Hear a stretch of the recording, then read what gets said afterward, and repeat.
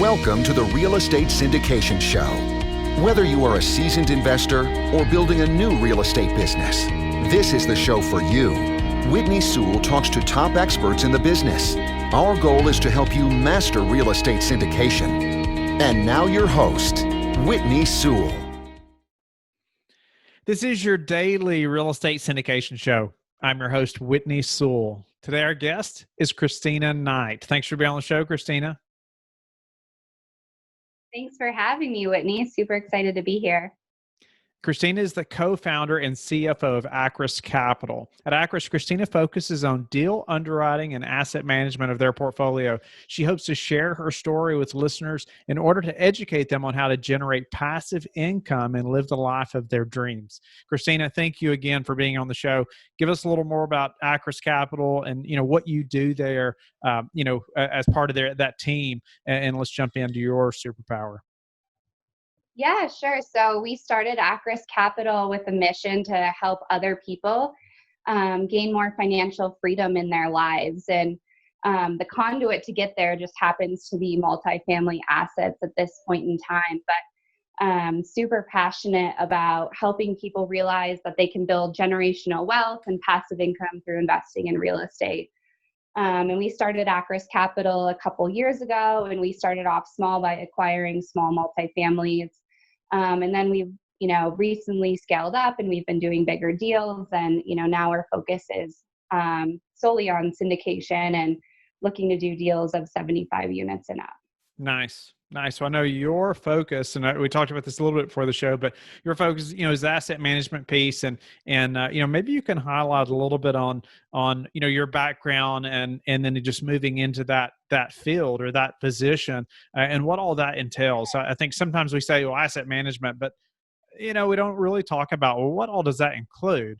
Because it's extremely important, and it's it's so important, and I look forward to just hearing more details from you about that.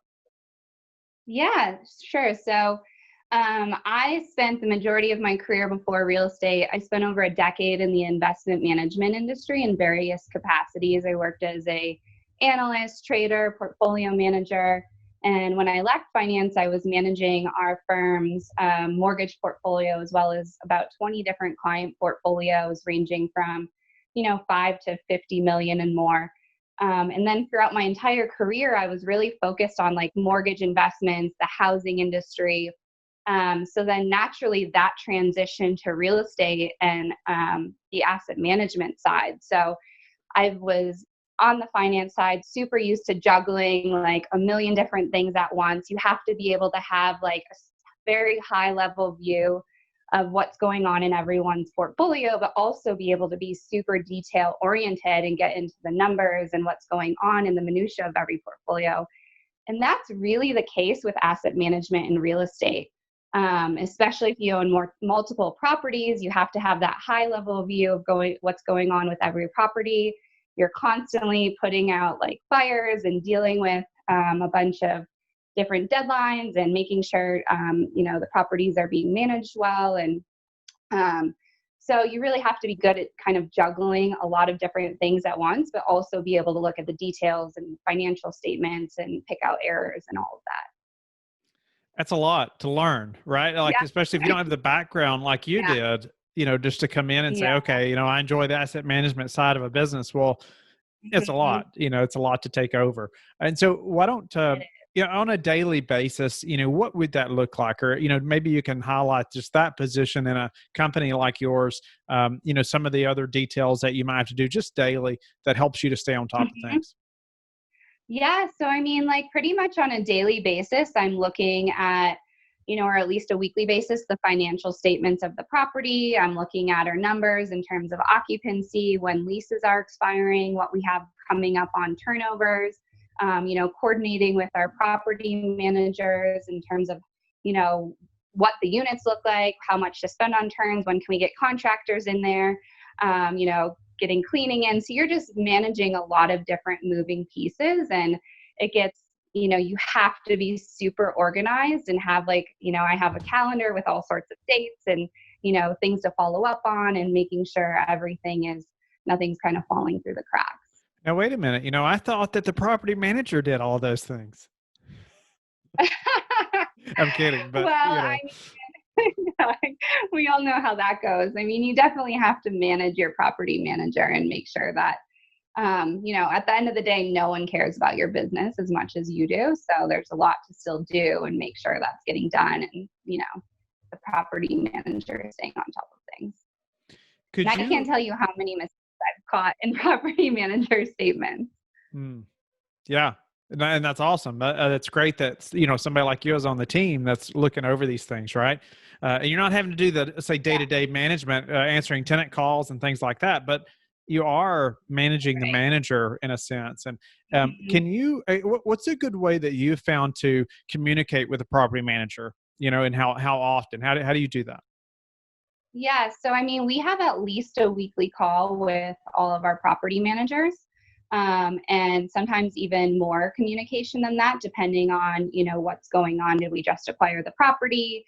We're getting to know the property manager a little bit better until you're kind of comfortable with how they operate, and you can kind of trust them with a little bit more leeway for managing the property. Is there an outline for that call? Is there specific KPIs you all are going over? Is there any kind of structure? Yeah, we have, a report that we use that just basically, I mean, it goes over the basic occupancy trends, turnover, leases coming up due, leads, where those leads are coming from, what's generating the most leads, different metrics like that we work with the property manager on, and then, look at certain KPIs for them to hit within those, variables. Yes. So, what about the staying organized piece? And I'd love for you to just elaborate on some of that and how you keep all this organized. I think somebody that's especially getting started in this business, it's like, where do I even begin?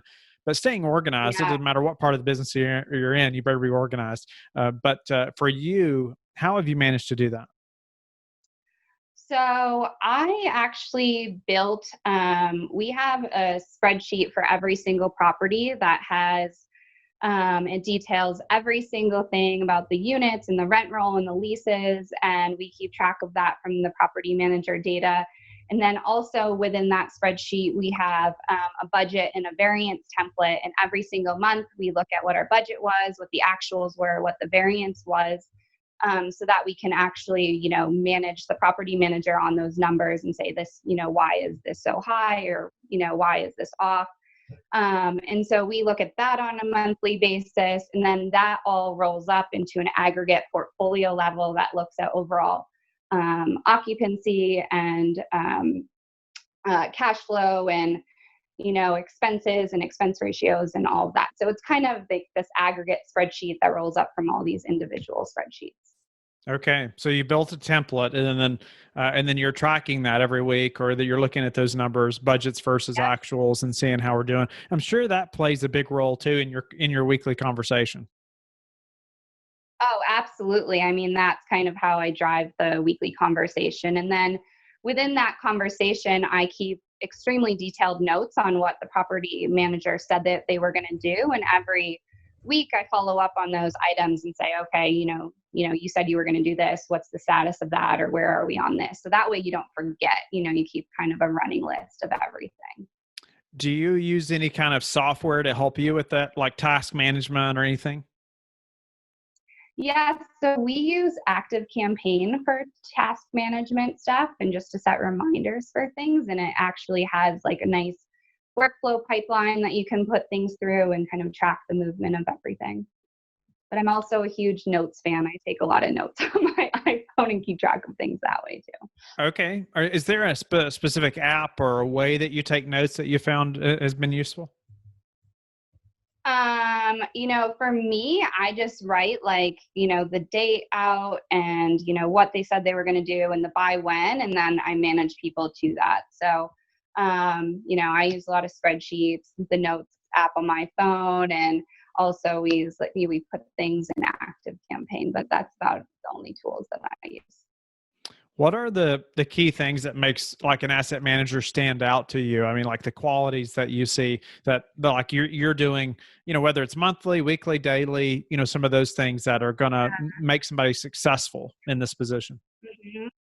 Yeah, I think you have to be super detail oriented and be, I mean, I have a highly analytical background, so that's really helped with the details, and you also have to be very highly organized because, the more you grow and the bigger your portfolio gets, the crazier things get. And so if you're not really organized, balls are going to start to drop. And you're going to feel like you're pulling your hair out on a daily basis. So really having like processes and systems in place to be able to deal with all the moving parts of being an asset manager is really important. Okay. Is there any way or any books or any educational stuff that you recommend for somebody that's learning how to do this and do it well? Um, so I mean, I think the best thing is trial by fire, right? Like practicing and seeing what works. I think most, you can read a lot of books, but at the end of the day, asset management is such a hands-on job that the books don't really give you a lot of training in that area. But I'm sure this has been said 100 times, but the best ever syndication real estate book by Joe Fairless is a great one. I think that like encompasses everything from soup to nuts on, overall syndication and what you need to be managing your property manager to and what to look for there. The number one reason people struggle to close deals is because they don't have enough money. And that's because they don't have enough passive investors waiting on the sidelines, itching to get in. Is this you? The only way to fix this is to flip the script so that instead of chasing money, money chases you. By flipping the script, other syndicators raise all the money they need in 48 hours or less. How do they do it? They apply the techniques that you'll learn at the virtual Raising Money Summit on October 1st through the 4th. Adam and his team are pulling back the curtains with top syndication experts to share their secrets, systems, processes that empower them to never struggle raising capital ever again. And you can learn this from home while watching online. Are you ready to start learning how to attract millions of dollars for your next real estate deal? Listeners get a special pricing of only $97 by texting Whitney to 55444. That's Whitney to 55444.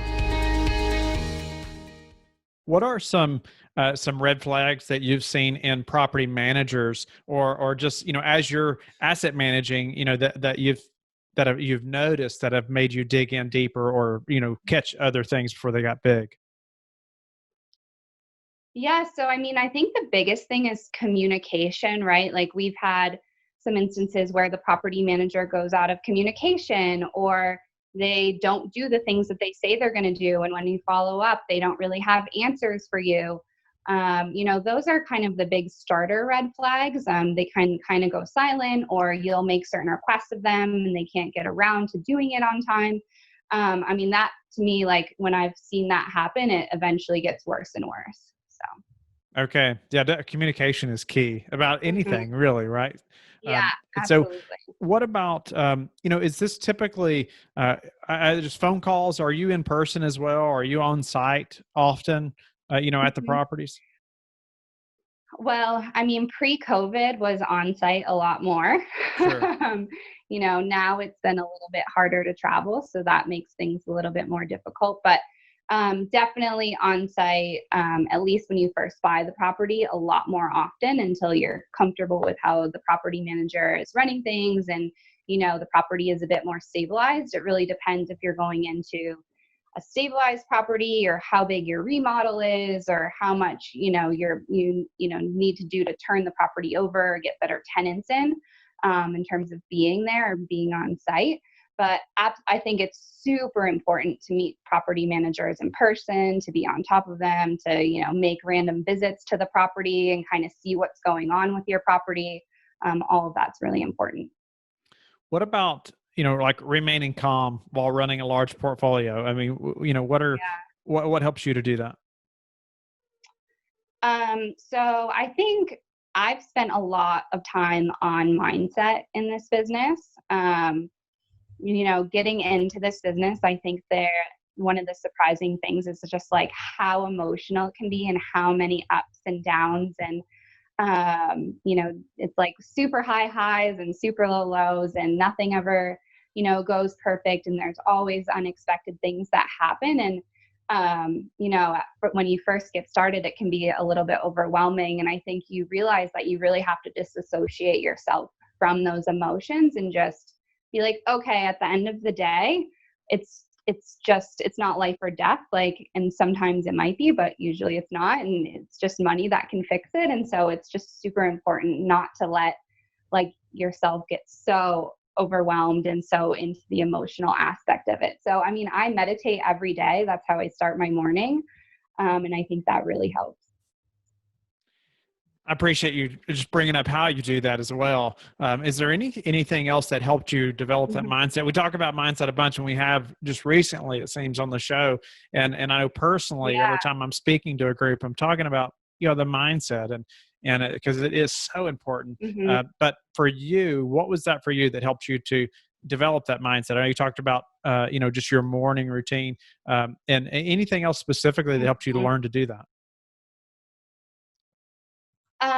So I've done a lot of different personal development courses focused on mindset. I spent over a year in a team management and leadership training program, which is a lot about mindset and managing and running teams. And then, more recently in the last 6 months or so, I've been super focused on the miracle morning. That's been hugely beneficial in terms of just mindset and affirmations and visualizations and all of those great things. Interesting. I know the listeners have gotten tired of hearing me talk about the book, The Miracle Morning, just over the last few episodes. It seems it's come up often, and it was a game changer for me, I don't know, 3 or 4 years ago. No, that's awesome. And how did that change your morning routine? Or, was it, what have you seen from that as well? Yeah. So, for me, I always wanted to have time to do the exercising and journaling and meditation and reading, but I just would wake up and get right into my day and start working and having breakfast, and then the day kind of gets away from you. So, since implementing the Miracle Morning, I've really had time to have that space for personal growth and silence and, reading. I've read 5 books, 6 books in the last 6 months that I would have never been able to read before. And so just that knowledge growth that you get from it is super powerful as well. Kristina, what's been the hardest part of this syndication journey for you? Yeah. So I would say getting started, getting your foot in the door and getting your first deal under contract is definitely the hardest. It's a lot of effort to kind of get up to speed and figure out how to build credibility and relationships with brokers and how to build the team. And also the environment right now is so competitive, and there's so many people paying ridiculous prices for things that it can be really hard to get that first foot in the door and make that first step. On the asset management side, and you can answer it any way you want, but how are you prepared for a downturn? So, we have super conservative underwriting. I would say that's probably one of our strong suits with having such a strong background in finance and looking at various investments. We've always been really careful on our rent growth assumptions and on our expense assumptions. And I think that has really helped us prepare for the downturns, so that we do have enough reserves, and we do have pretty conservative assumptions in place where we weren't very aggressive. So. Are there anything as far as assumptions or anything specifically you could elaborate a little more on? Yeah, so I think one of the biggest things is vacancy. I think prior to COVID, people were looking at vacancy between 3 and 5%. And I think what we did underwriting is we always bumped that up a little bit, especially in the first year, around 8 to 10%. And that really helps you, and especially in an environment like this, because you are seeing vacancies increase and you are seeing collections decrease, especially in the last month. And so I think, if you're able to have those more conservative assumptions on the front end, it helps you down the road. No doubt. Yeah. So, Kristina, what's a way that you've recently improved your business that we could apply to ours? Yeah. So, I think The biggest thing is just processes and systems. We just recently switched to ActiveCampaign. Before that, we were using MailChimp for our newsletters and investor communications. And it's been a lot of a process to get that up to speed and to rebuild that investor database, but it's so much more functional, and it's a lot easier to use and user friendly, and you can do a lot more with it. So that's just one thing that we've done since COVID that we've implemented. What's your best source for meeting new investors? Oh boy. So I've been doing this thing called Lunch Club, which has been pretty interesting. So that is where you're virtually networking with people every day, or a couple times a week, and meeting new potential investors. I also run a meetup group, and I think going to meetups is really helpful in terms of building your brand and your investor network. What's the number one thing that's contributed to your success? I would say mindset and having that financial background. For a lot of people, it's a very steep learning curve to get up to speed in this business, especially on the analytical side and underwriting and jargon and terminology and all of that. And, I didn't really have that learning curve from that respect. So that's been really helpful. Any advice for that person that's getting into the business that didn't have that portfolio management background like you did, but any advice for them? Yeah, I would say find people that can kind of show you the way. One thing that was hugely beneficial to us was we met some really strong mentors right out of the gate that were super influential in getting us up to speed and helping us get started. And I think if you aren't trying to do it on your own, if you are trying to do it on your own, it's going to take a lot longer than if you find other people that can help you out and give you the tools and teach you. How do you like to give back? So I am super passionate about supporting and empowering women to take control of their finances and build wealth through real estate and other methods of investing. I run a meetup every month on the second Tuesday of the month called the Women's Investing in Real Estate Networking Group. And right now it's virtual. It will probably stay that way. So anyone in the entire country that wants to join us, it's a really cool community of women that I've built. And I lead a conversation around supporting people getting started or scaling, or how do you take those next steps, and focusing on mindset. Awesome, Kristina. Thank you so much for your time and giving back in that way as well. And I would just put out, I would welcome more women or female guests as well. If you know anybody, that would be a good guest. So, but anyway, thank you for your time and just giving back to us today, and just highlighting the asset management position. It's not something that we talk about a ton on the show, and I would love to talk more about it because it is such an important piece of our business, and that it's done well. But tell the listeners how they can get in touch with you and learn more about you. Yeah, so they can email me. It's Knight, KNIGHT, at Akras, AKRAS capital.com. Or they can find me on our website and send me a message. Our website is akrascapital.com. Awesome. That's a wrap. Kristina, thank you very much. All right. Yeah, thank you. That was fun. Yeah. Very grateful for your time. Is there any way I can add value to you all? No, I don't think so. This is great. We're just trying to continue to build our brand and get the word out there while we're, congruently focusing on trying to get a deal under contract right now. So Cool. We're in final on a property in Arizona, so we'll see how that goes. Good for you. Congratulations. I hope that happens. Yeah. Well, thank you. And let me know if we can be of any help. Sounds good. Thanks so much, Whitney. Right. Appreciate it. You're welcome. Right, bye. Thank you for listening to the Real Estate Syndication Show, brought to you by LifeBridge Capital. LifeBridge Capital works with investors nationwide to invest in real estate, while also donating 50% of its profits to assist parents who are committing to adoption. LifeBridge Capital, making a difference, one investor and one child at a time. Connect online at www.lifebridgecapital.com for free material and videos to further your success.